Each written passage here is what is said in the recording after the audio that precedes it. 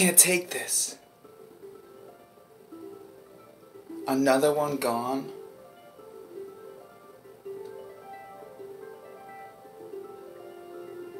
No way. This can't be real.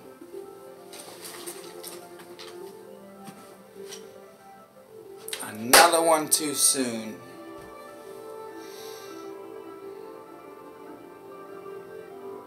I'm gonna make this short.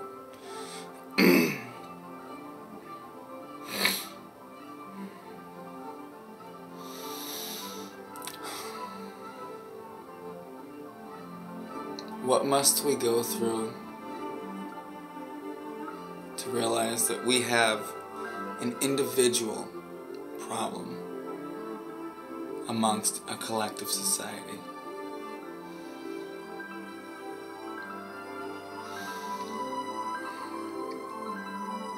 How much more? I don't even see, like, I don't like that. How much more?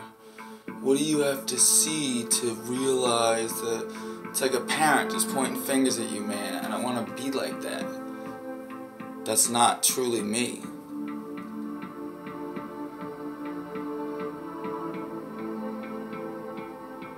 I'm here to expose what you don't see.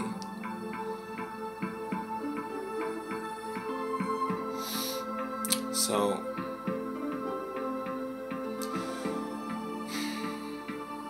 I don't know if everyone's keeps getting more and more and more and more and more upset every time someone dies, every time someone overdoses, every time someone kills themselves, every time someone gets in a car accident that you... Dude, where's the breaking point? Why don't you tell me? Everyone likes to count so much numbers.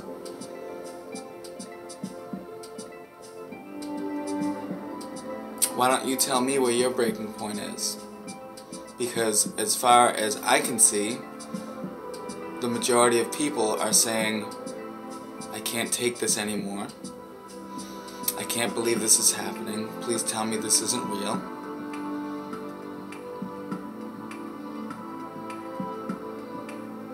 Complete and utter disbelief, shock.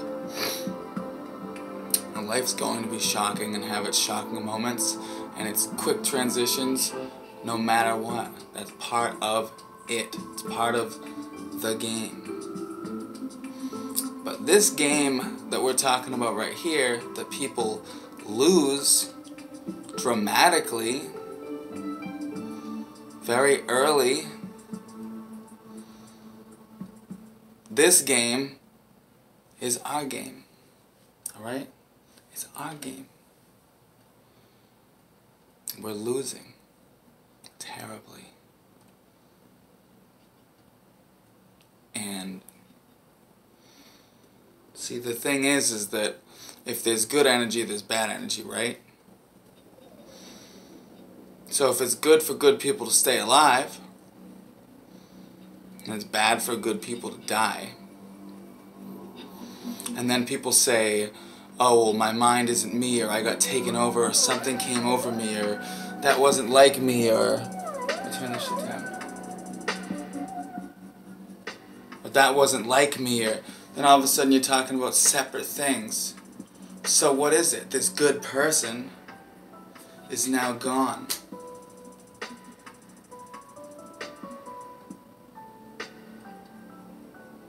So something bad must have connected with that and made him drop.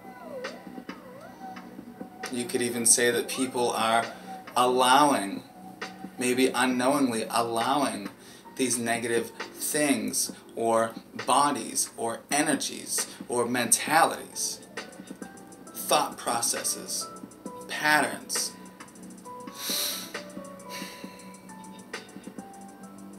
All of these things are important. I'm going to side note real quick. Today is my mother's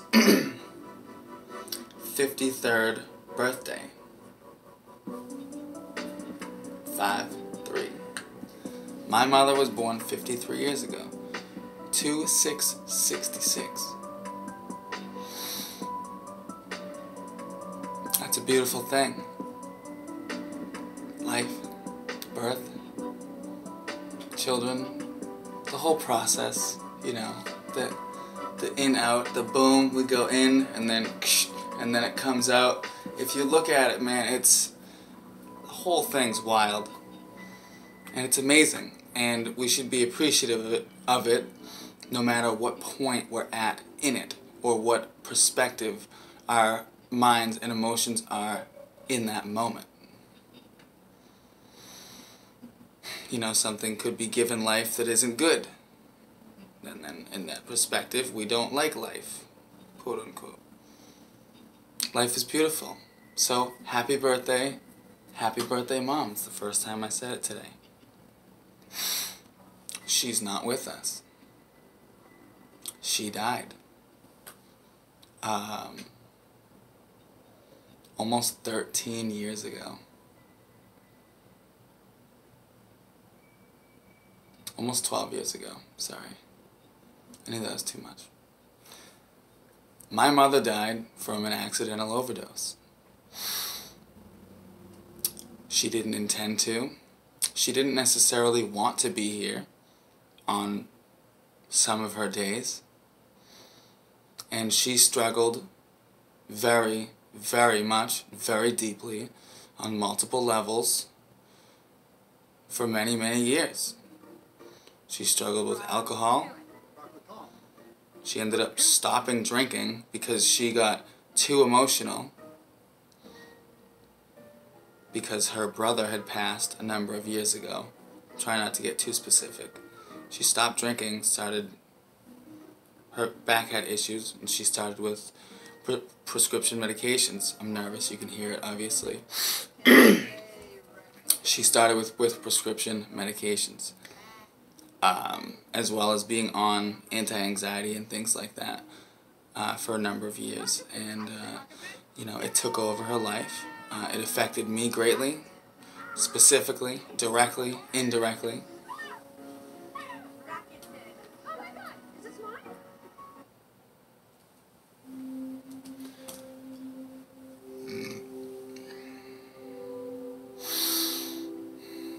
That's better. I did them with her. All of them. From ages 16 to 19.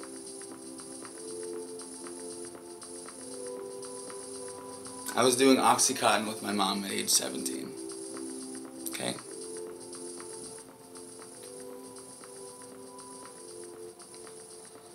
Some may say in hindsight or retrospect that it was a blessing in disguise that she passed on that early, for me, personally, because in that sense, she was not the role model that I needed.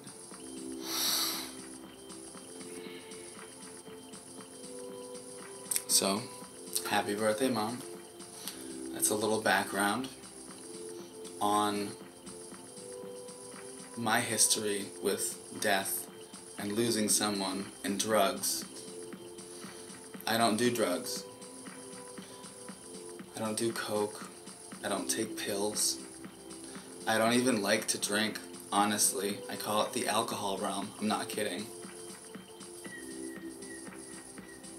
Every once in a while, someone may expand their mind in a way or two, but in general, I am in control of myself with these external things. I still have my moments, mainly with alcohol. At times, these are moments. They aren't overly extreme. I'm not getting in trouble. I'm not stealing. I'm not fighting. But still, it's an excess and something that I need to work on that I saw when I was growing up, and it was never fixed. It was never put in its proper place. It was never explained in any adult way from the parent, the person that I was seeing doing it, my role model, you know, it was her. So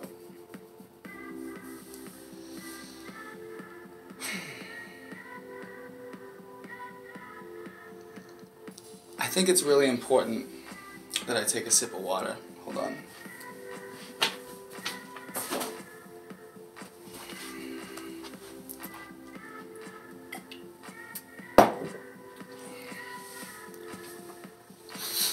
think it's really important. Without it, the devastation is going to continue. It's really important. I don't want to close that. To find common ground amongst ourselves, whether we are an addict, never been an addict, have or don't have close people, best friends, family members, relatives, co-workers who you know are addicts, whether you've ever been to an AA meeting, whether you're black, white, Spanish, Mexican, anything, whether you identify with the masculine physical energy being male, the feminine physical energy being female, or some type of combination wherever it may lie, whatever it may do. Those are all like identity factors, right? And it creates a category which is good for analyzation to break something down. But in the sense of the collective, it separates the shit out of everything. And you know it. We know it. I'm not yelling at you. We know it, dude. We need to find common ground in the fact. This is the reason why I made the video. We need to find, wow, almost 12 minutes, huh? We need to find common ground in the fact that we are all suffering. Okay? We need to find common ground in the fact that we are all hurting.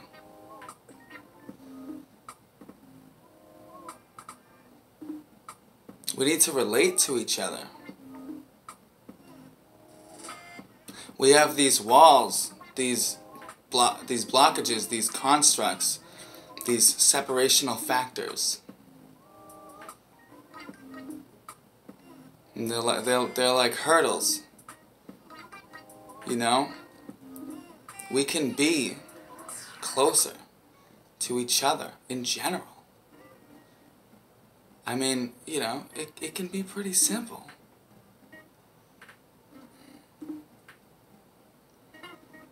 But it's different for everyone.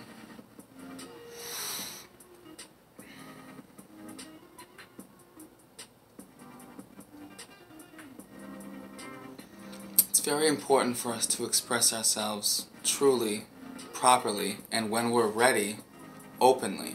Until then, maybe writing it down or having a confidant or friend or someone who's not going to judge us, or however it works. Some people may work very well with a close family member who they know, who they've trusted for a long time. Oh, they're not going to go behind my back and betray me or tell this person, or they're not going to judge me, they're not going to take what I'm saying and pull it into something that doesn't make sense to me. They know me, it's more comfortable.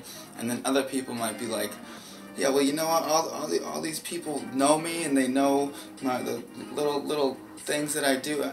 I want to get a whole different perspective. These people may be part of the problem, part of the issue. That I can't talk to them because they're best friends with this person who's the reason why I'm feeling like that. You know what I'm saying? So, everyone's different, you know. You might need someone to talk to who doesn't know you that much. Maybe you need to call a hotline or something like that. I don't know. Do what you gotta do. But it is devastating without us communicating with each other and without us, I'm losing my steam, I understand. Without us wanting to be together. We need to want to be together. That's it. That's my video. I made it because of someone who I've never even met,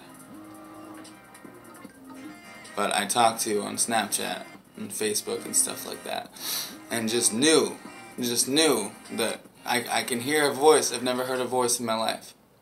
I can hear her voice. Okay? When she spoke to me, you know, whatever, through text or whatever, I can hear her voice. That means that there is a direct, like, soul connection with me personally. When I can hear your voice in my head when you're not talking, there's something great there, you know.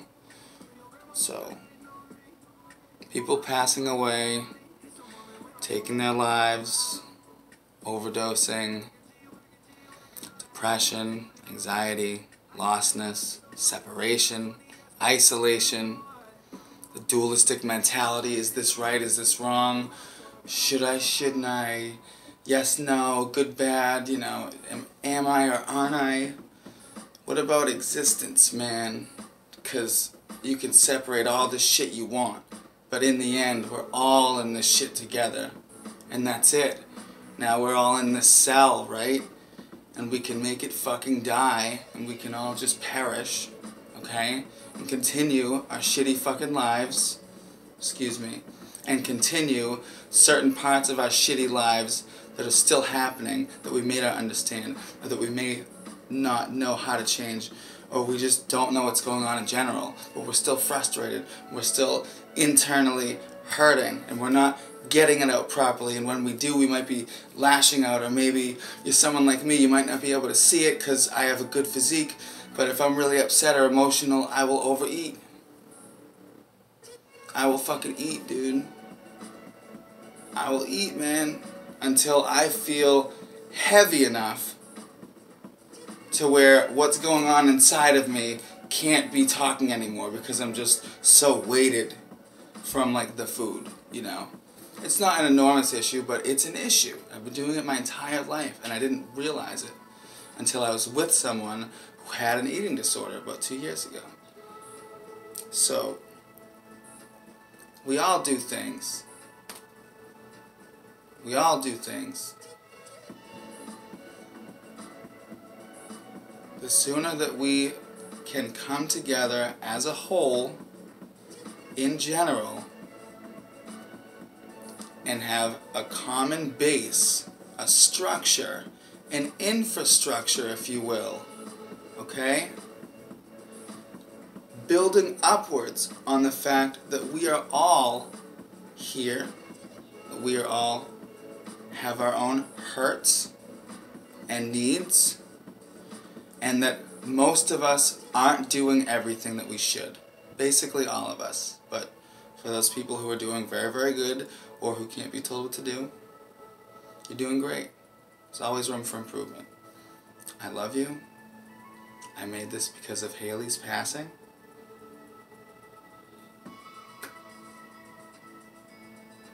I'll see you soon.